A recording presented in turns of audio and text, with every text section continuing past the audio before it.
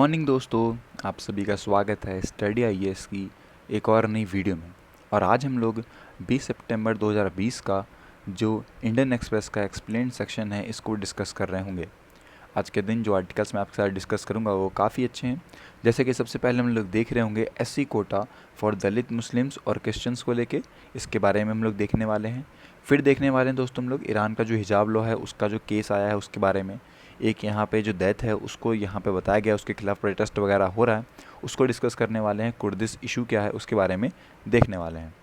Then दोस्तों हमारे पास topic है हमारा सीबीआई की क्या यहाँ पे हिस्ट्री रही है, किस तरीके से उसने काम करा है, उसकी प्रॉब्लम्स क्या हैं, क्रेडिबिलिटी पे जो शक हो रहा है उसके बारे में, ये सब कुछ हम लोग डिस्कस कर रहे होंगे। किस तरीके से जो गवर्नमेंट है, सेंट्रल गवर्नमेंट, स्टेट गवर्नमेंट, वो अपने इशारों पे सीबीआई को चला रही है, इसको हम लोग डिस्कस करने वाले हैं।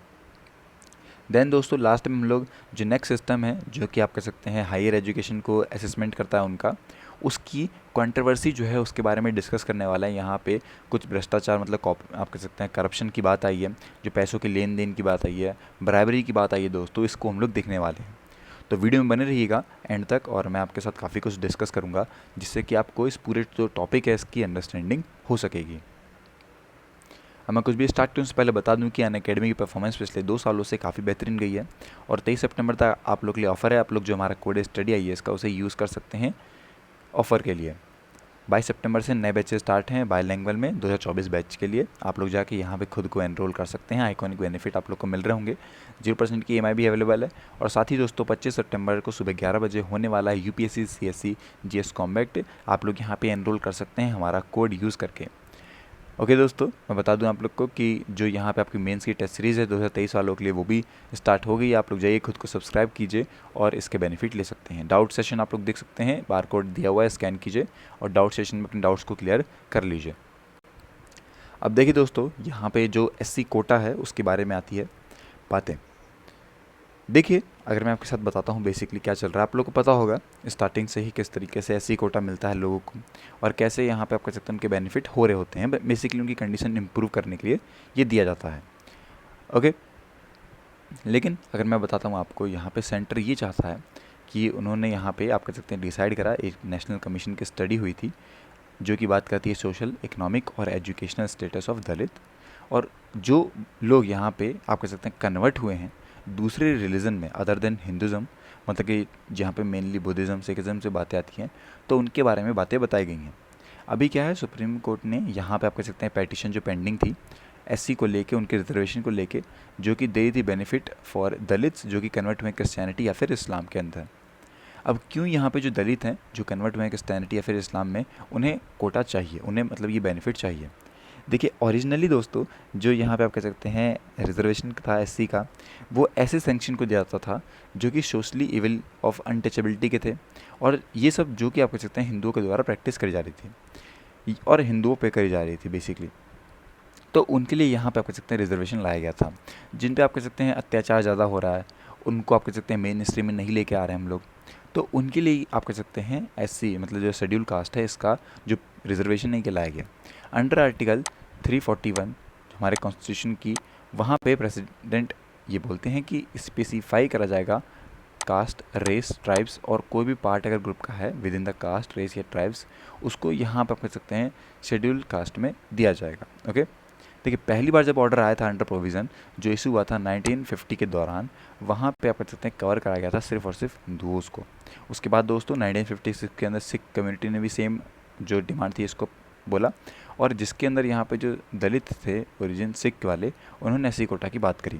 1990 के अंदर दोस्तों जो बुद्धिस्ट लोग हैं उनका जो दलित ओरिजिन है उन्होंने इसकी डिमांड कर ली। अब यहाँ पे उन्होंने बोला बेसिकली आप कह सकते हैं कि no person who professes a religion different from Hindu, the Sikh और the Buddhist religion shall be deemed to be a member of schedule caste. ये आप कह सकते हैं साफ तौर पे उस टाइम पे उन्होंने रिवाइज करके लिख दिया। तो क्या यहाँ पे जो रीज़न बेस्ड बार है दोस्तों जो कन्वर्ट हुए हैं बेसिकली ST या फिर OBC में, उनके लिए भी है? तो देखिए ऐसा नहीं है। डिपार्टमेंट ऑफ पर्सनल या एंड ट्रेनिंग ने दोस्तों अपनी वेबसाइट पे बताया है कि जो राइट है दोस्तों लोगों का जो बिलोंग करते हैं शेड्यूल ट्राइब से, वो इंडिपेंडेंट है अपने रिलीजियस फेथ को लेके। ओके, और ये बोला आप कह सकते हैं एक मंडल जो कमीशन रिपोर्ट थी उसके हिसाब से यहाँ पे काफ़ी सारे जो क्रिश्चियन या फिर मुस्लिम कम्युनिटीज़ हैं दोस्तों, उन्हें आप कह सकते हैं कई बार पाया गया है बेसिकली सेंट्रल और स्टेट लिस्ट के ओबीसीज़ में। ये आपको बताना चाहूँगा कि ये काफ़ी इंटरेस्टिंग बात है और ये हमें पता लगती है मंडल कमीशन रिपोर्ट से। देखिए जो एफर्ट्स यहाँ पे लगाए गए हैं इंक्लूड मुस्लिम या फिर Christian of Dalit origin among SC को लेके, उसके बारे में बताना चाहता हूँ। देखिए 1990 के अंदर दोस्तों नंबर ऑफ़ यहाँ पे प्राइवेट मेंबर जो थे उनके बिल्स आते हैं पार्लियामेंट में, जो कि आप कह सकते हैं पर इसी पर्पज़ के लिए आते हैं। 1996 के अंदर दोस्तों जो गवर्नमेंट का बिल है जिसको हम लोग कहते हैं द कॉन्स्टिट्यूशन ऑर्डर बिल, जो कि शेड्यूल कास्ट के लिए था, बेसिकली उससे अमेंडमेंट की बात करी गई। पर जब यहाँ पे डाइवर्सन देखा ओपिनियन के अंदर तो बिल को इंट्रोड्यूस ही नहीं करा गया था पार्लियामेंट में। तब दोस्तों बता दूं कि यूपीए गवर्नमेंट जो कि हेड करी गई by prime minister Manmohan Singh, उन्होंने सेटअप करे 2 इंपॉर्टेंट पैनल्स। पहला था आपका national commission for religious and linguistic minorities, जो कि आप कह सकते हैं रंगनाथ मिश्रा कमीशन के नाम से जाना गया। 2004 अक्टूबर की बात है ये। ओके, अब दोस्तों दूसरा था इनका एक 7 मेंबर हाई लेवल कमेटी थी, जिसे हमारे former chief justice of Delhi high court Rajendra Sachar ji जो थे वो आप कह सकते हैं हेड कर रहे थे। बेसिकली इनका काम था कि ये सोशल, इकोनॉमिक और एजुकेशनल कंडीशन जो है मुस्लिम्स की, उसके बारे में डिस्कस कर सकें या फिर उनके बारे में जो रिपोर्ट है इसको लेके आ सकें। सचार कमेटी रिपोर्ट जो है दोस्तों ये ऑब्जर्व कर रही थी सोशल और economic situation of Dalit Muslims and Dalit Christians, जो कि इम्प्रूव नहीं हुई है आफ्टर कन्वर्जन, तो वो लोग उनके बारे में डिस्कस करते हैं। और जो रंगनाथ मिश्रा कमीशन जो है दोस्तों ये सबमिट करती है अपनी रिपोर्ट को 2007 के अंदर, रिकमेंड करती है ऐसे stated should be completely delinked from the religion and schedule caste, और साथ ही साथ दोस्तों इसे बोला गया ये पूरे तरीके से फुली रीजन न्यूट्रल होनी चाहिए लाइक शेड्यूल ट्राइब के तरीके से। ये आप कह सकते हैं रंगनाथ मिश्रा की कमेटी के हिसाब से आया। जो यहाँ पे रिपोर्ट आती है दोस्तों ये आप कह सकते हैं दोनों ही हाउसेज में गई, आप कह सकते हैं दिसंबर 18 2009 के अंदर, पर रिकमेंडेशन एक्सेप्ट नहीं करी गई थी क्योंकि बताया गया कि जो डेटा है वो इनएडिक्वेट है और यहाँ पे आप कह सकते हैं जो एक्चुअल सिचुएशन है उससे अलग है बेसिकली। तो ये यहाँ पे आप कह सकते हैं बता दिया गया रिपोर्ट को, और उसकी जो भी रिपोर्ट थी उसको यहाँ पे सुना ही नहीं गया, मतलब कि उसके बारे में डिसीजंस नहीं लिए गए। जनवरी 2008 के अंदर दोस्तों एक स्ट्रॉन्ग केस आता है फॉर एक्सटेंडिंग ऐसे स्टेटस टू दलित क्रिश्चियंस और दलित मुस्लिम्स को लेके। एक स्टडी आती है जो कि कमीशन करी जाती है by the national commission for minorities. उन्होंने यहाँ पे बोला कंसीडर किया जाएगा, क्योंकि आप कह सकते हैं इसे कंसीडर नहीं किया गया क्योंकि इसका जो डेटा है वो इनसफिशिएंट रहा, और इसी वजह से हमने इसके बारे में डिस्कस भी नहीं करा। अब दोस्तों किस तरीके से आप कह सकते हैं जब बीजेपी पावर में आती है तो इसको कैसा लेके चलती है। 2010 फरवरी के अंदर जब बीजेपी नेशनल एग्जीक्यूटिव पास करते हैं एक रेजोल्यूशन क्रिटिसाइजिंग मिश्रा कमीशन को लेके, तब उस टाइम पे आपको बता दूं मैं बेसिकली कि उन्होंने ये बोला, ये काफ़ी बड़ी बात यहाँ पे बोली थी कि कमीशन जो है वो नहीं कर सकती डिक्टेट या फिर ट्रस्ट अपने ओपिनियन को ऑन क्रिश्चियन पोप या फिर मुस्लिम मौलवीज़ को लेके। जो रिजर्वेशन दोस्तों ये अमाउंट करेगा to a formal introduction of a caste system in Islam और क्रिश्चियनिटी पर। अब इसी को लेते हुए उन्होंने जो बेसिक टेंट्स थे उनको बताया, और यहाँ पर आप कह सकते हैं जुरिडिक्शन जो है दोस्तों उसे आउटसाइड रहना चाहिए, आप कह सकते हैं पार्लियामेंट या फिर कोई भी जुडिशरी रहती है। अब इसके दौरान दोस्तों जो प्रोविज़न है वो आप कह सकते हैं अलग रहेंगे कुरान या फिर बाइबल को लेके। तो ये सारी बातें जो कि हमें पता लगती हैं। बैक इन 1961 अखिल भारतीय जो प्रतिनिधि है सभा है उसके हाईएस्ट डिसीजन मेकिंग जो बॉडी है आरएसएस, उन्होंने बोला अगर कोई ऐसी स्कीम आती है जो कि सेपरेट रिजर्वेशन देती है एक अलग सेक्ट को, वो भी आप कह सकते हैं आप रहेगी हमारे पॉलिटिकल पर्पज पे, और ये प्रूव करेगी एक highly detrimental of to the national unity को लेके। अब इसके रिस्पॉन्स में आप कह सकते हैं 1990 में क्रिश्चियन डिमांड करे reservation on the lines of जो यहाँ पर कह सकते हैं नियो बुद्धिस्ट थे उनको लेके, जैसे कि बुद्धिस्ट वालों ने करा था उसी को लेके इन्होंने बोला कि इनको भी यहाँ पे रिजर्वेशन चाहिए। अब इसके बाद क्या हुआ, देखिए जो रिकमेंडेशन आई थी रंगनाथ मिश्रा कमीशन के द्वारा उसको यहाँ पे पेटिशन पेंडिंग पे लगाया गया बिफोर द सुप्रीम कोर्ट। अब जो रिजर्वेशन बेनिफिट्स है दोस्तों जो लोगों को मिल रहे थे जो क्रिश्चियन या फिर मुस्लिम दलित ओरिजिन थे उनकी बात करी गई थी।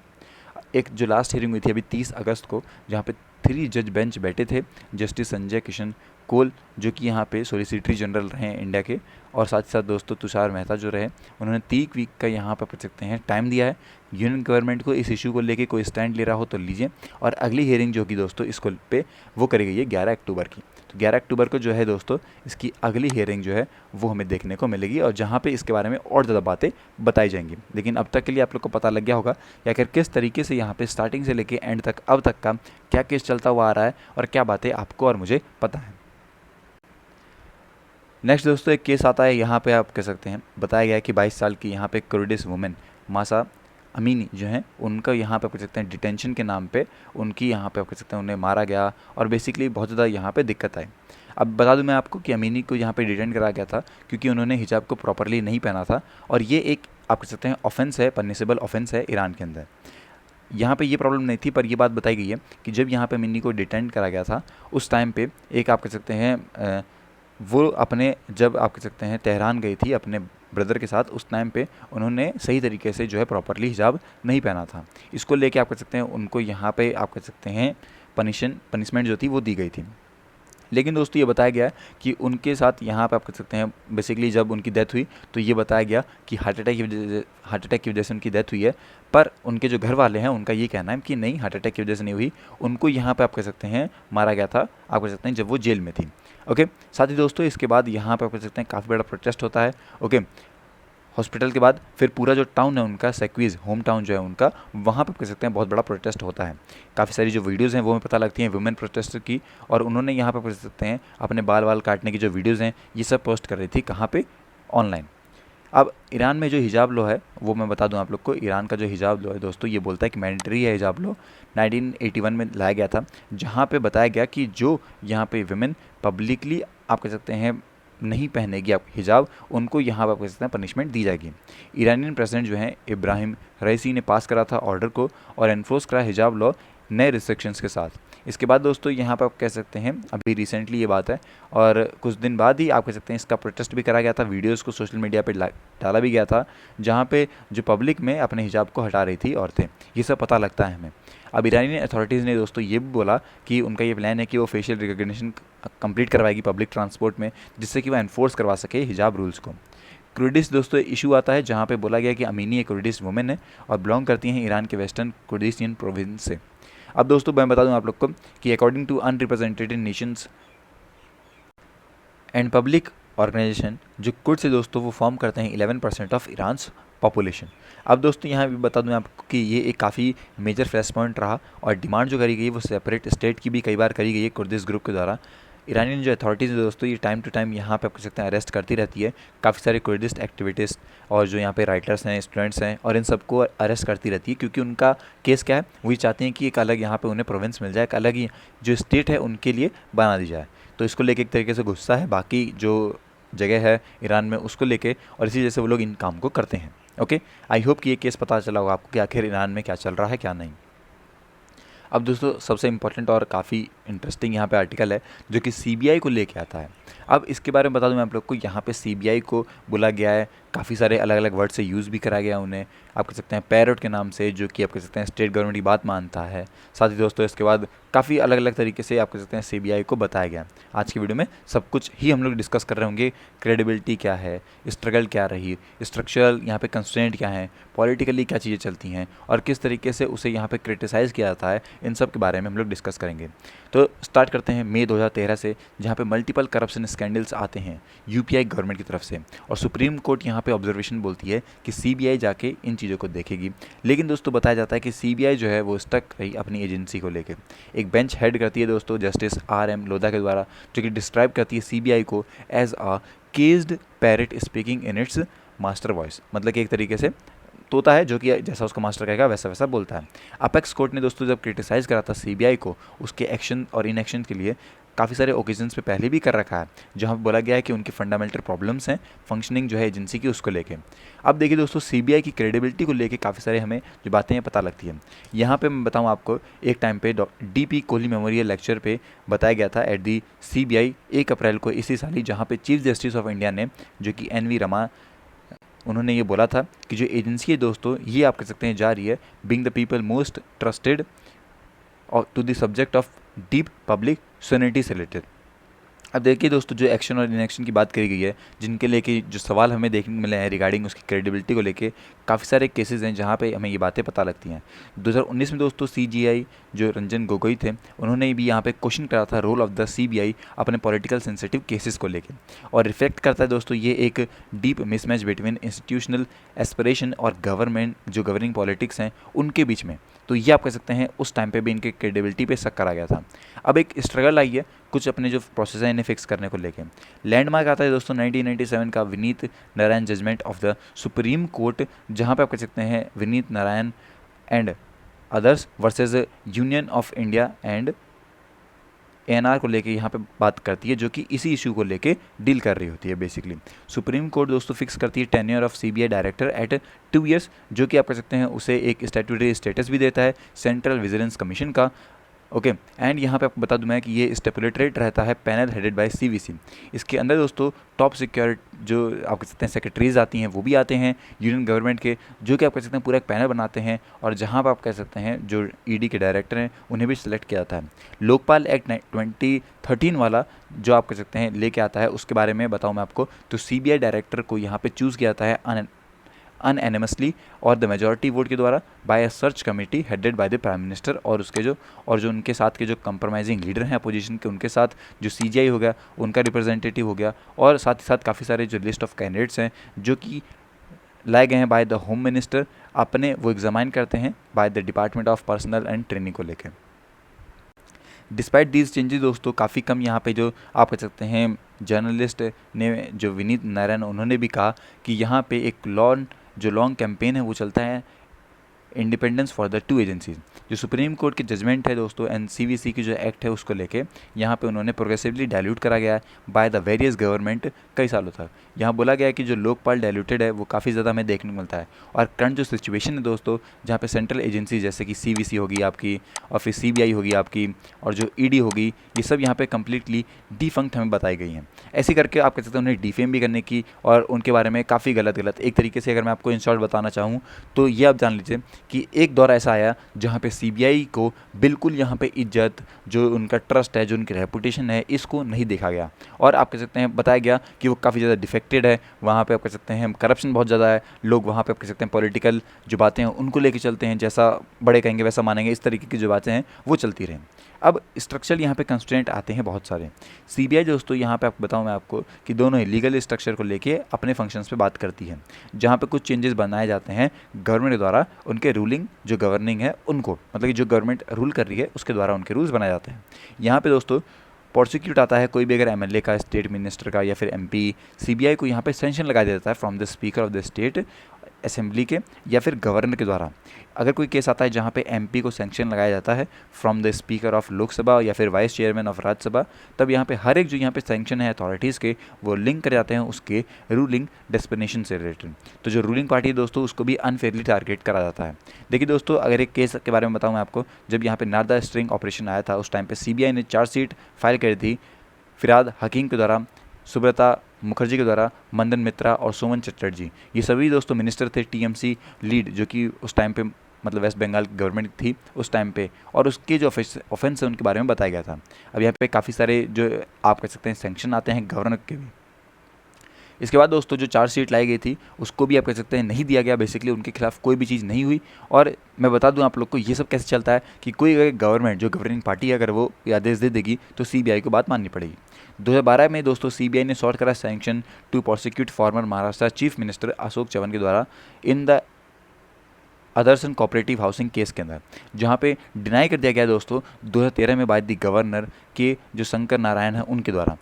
फरवरी 2016 में दोस्तों जब नरेंद्र मोदी गवर्नमेंट आती है पावर में, उस टाइम पे एक नए गवर्नर आते हैं सी विद्यासागर राव, उन्होंने अपॉइंट किया गया था सैंक्शन कम थ्रू। इसको लेके यहाँ पे बातें पता लगती हैं। राजीव गांधी गवर्नमेंट दोस्तों मैं बता दूं आप लोग को उस टाइम पे भी आप वो काफ़ी ज़्यादा फेमस है सिंगल डायरेक्टिव को लेके, जिन्होंने इंट्रोड्यूस करा था provision in the Delhi special police establishment act 1946, जहाँ पे सीबीआई ड्राइव करती है अपनी पावर को, जो कि बैरिड करती है सीबीआई को from investigation officials of joint secretary level या फिर उसके ऊपर वाले without the permission from the government. देखिए दोस्तों बताओ 1946 के अंदर एक तरीके से बांध दिया गया सीबीआई को, जहाँ पे ये बोला गया कि अगर यहाँ पे आप कह सकते हैं जॉइंट सेक्रेटरी लेवल का कोई व्यक्ति है या फिर कोई ऑफिशियल्स है या फिर उससे ऊपर की कोई है, तो अगर उनके बारे में इन्वेस्टिगेशन चाहिए भाई साहब आपको, तो आपको मुझसे परमिशन लेनी पड़ेगी। लेकिन दोस्तों इसको यहाँ पे आप कह सकते हैं स्टक करा गया बाय विनीत नारायण, और इसे री इंट्रोड्यूस करा गया था जब अटल बिहारी वाजपेयी जी की गवर्नमेंट आई थी उस टाइम पे। तो जब ये स्टक आया दोस्तों, उसके बाद यहाँ पे सुप्रीम कोर्ट ने 2016 के अंदर बताया, बेसिकली मोदी गवर्नमेंट ने इंट्रोड्यूस करा सेक्शन 17A, जो कि prevention of corruption act through an amendment के बारे में बात करता है। अब यहाँ पे सीबीआई के ऑफिशियल्स ने ये बोला कि it's very clear that the agency has no freedom to prove to prove any one on its own, मतलब कि अपने हिसाब से वो लोग किसी के बारे में केसेस नहीं लेके आ सकते हैं। अगर यहाँ पे गवर्नमेंट चाहती है, यूनियन गवर्नमेंट या फिर स्टेट गवर्नमेंट चाहती है या फिर कोर्ट चाहती है, तब वो लोग डिसाइड करेंगे कि इन्वेस्टिगेशन हो या फिर ना हो। सीबीआई के पास दोस्तों कोई पावर नहीं है इन्वेस्टिगेशन की। अगर सुप्रीम कोर्ट बोलेगी तब ये लोग करेंगे यहाँ पे, अगर बोलेगी गवर्नमेंट, सेंटर बोलेगी तब, या फिर स्टेट गवर्नमेंट बोलती है तब। उनके अलावा दोस्तों इनके पास खुद के पास कोई पावर नहीं है। ये बातें ही सीबीआई के ऑफिशियल ने बताई है। पॉलिटिकली दोस्तों काफ़ी कुछ चलता रहता है बेसिकली। यहाँ पे अगर मैं बताऊँ कि सीबीआई को कंसेंट की जरूरत होती है बेसिकली। स्टेट अगर प्रूव करना हो उन्हें ऑफेंस अगर कोई भी हुआ हो स्टेट की जुरिडिक्शन के अंदर, तो उन्हें पहले स्टेट से परमिशन चाहिए कि हम आपके स्टेट में आके जो दिक्कत हो रही है इसको दूर करें या फिर ना करें। और अगर कोई भी यहाँ पे कर सकते हैं, हर एक इंडिविजुअल केस के लिए यहाँ पे ये चीज़ें जरूरी नहीं होती है। अगर विड्रॉल की बात करते हैं कंसेंट, तो सीबीआई दोस्तों इन्वेस्टिगेट नहीं कर पाएगी। अगर सेंट्रल गवर्नमेंट भी बोल देगी उसके बावजूद उसे यहाँ पर आप कह सकते हैं स्टेट गवर्नमेंट की परमिशन चाहिए ही चाहिए। थ्रू आउट द हिस्ट्री दोस्तों जो एजेंसीज़ हैं, जिसमें आप कह सकते हैं सिक्किम होगी, नागालैंड, छत्तीसगढ़, कर्नाटक, इन सभी ने जो जनरल कंसेंट है इससे भी विड्रॉ कर लिया।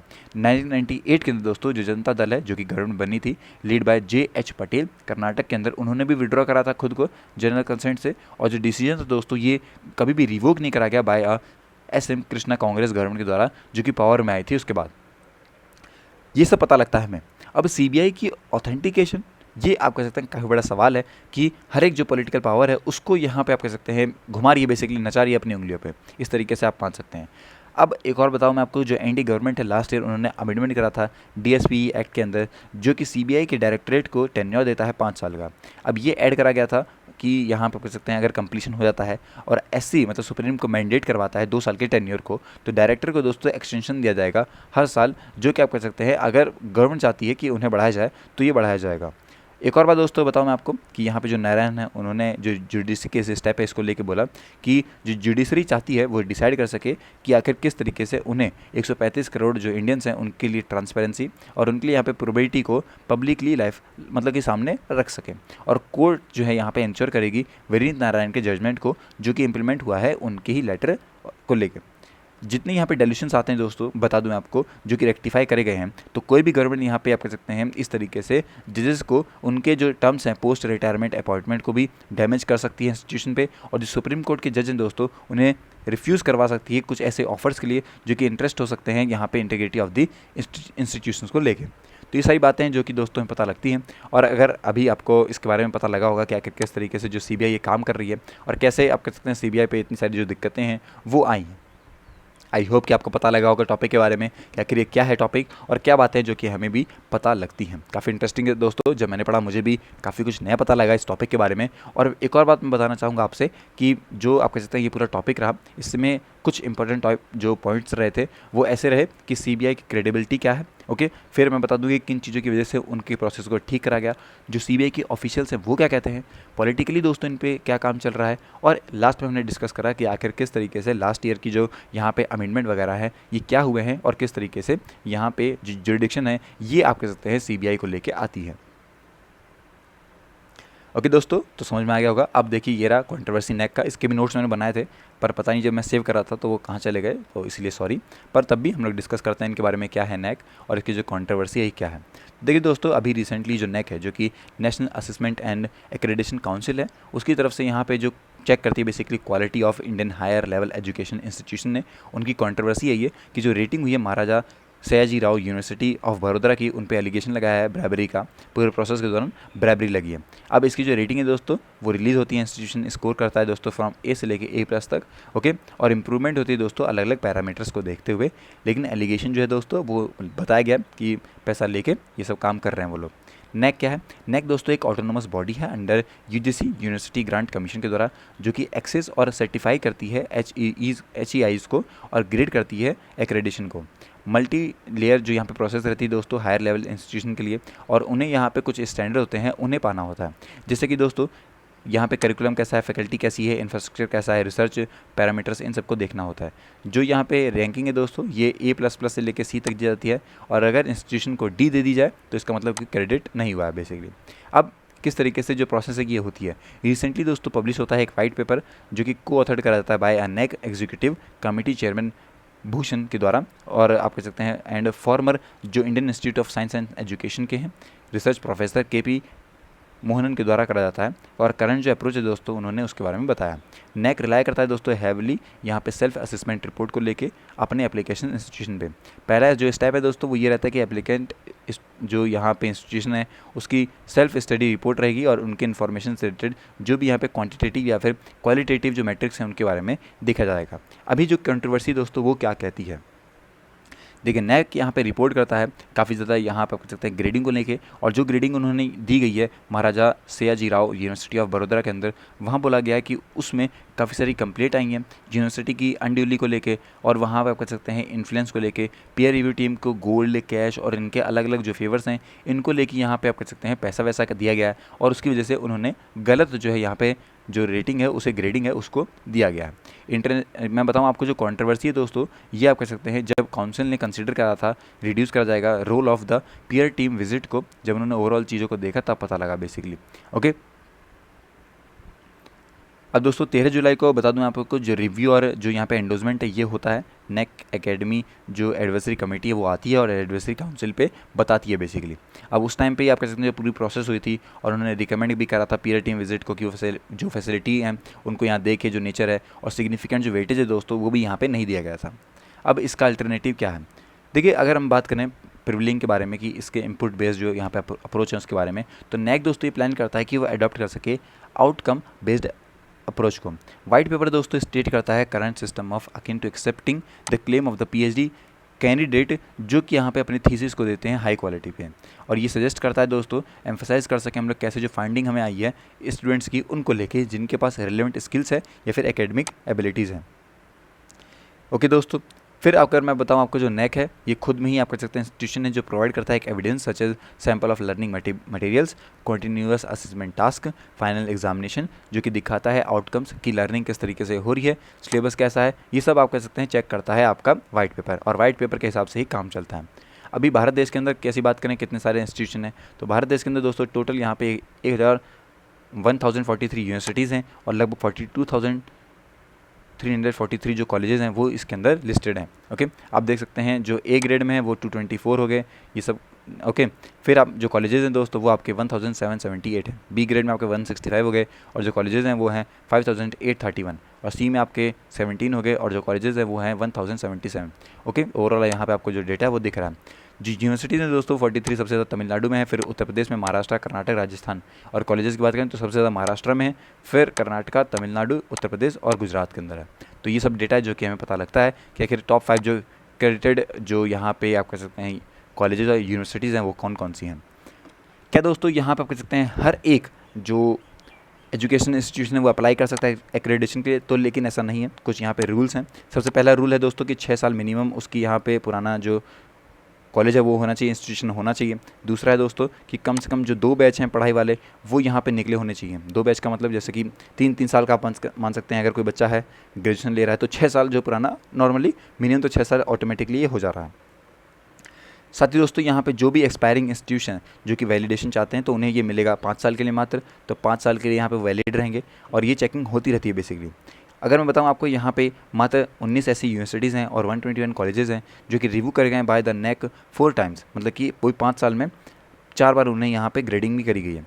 और इंस्टीट्यूशन जो दोस्तों जो एक्रेडिटेशन है वो पहली बार जाता है पहली साइकिल में, फिर सब्सिक्वेंट दोस्तों 5 साल के पीरियड में वो 2, 3 और जितनी साइकिल्स हैं वो चाहते हैं वो लोग चेक कर सकते हैं।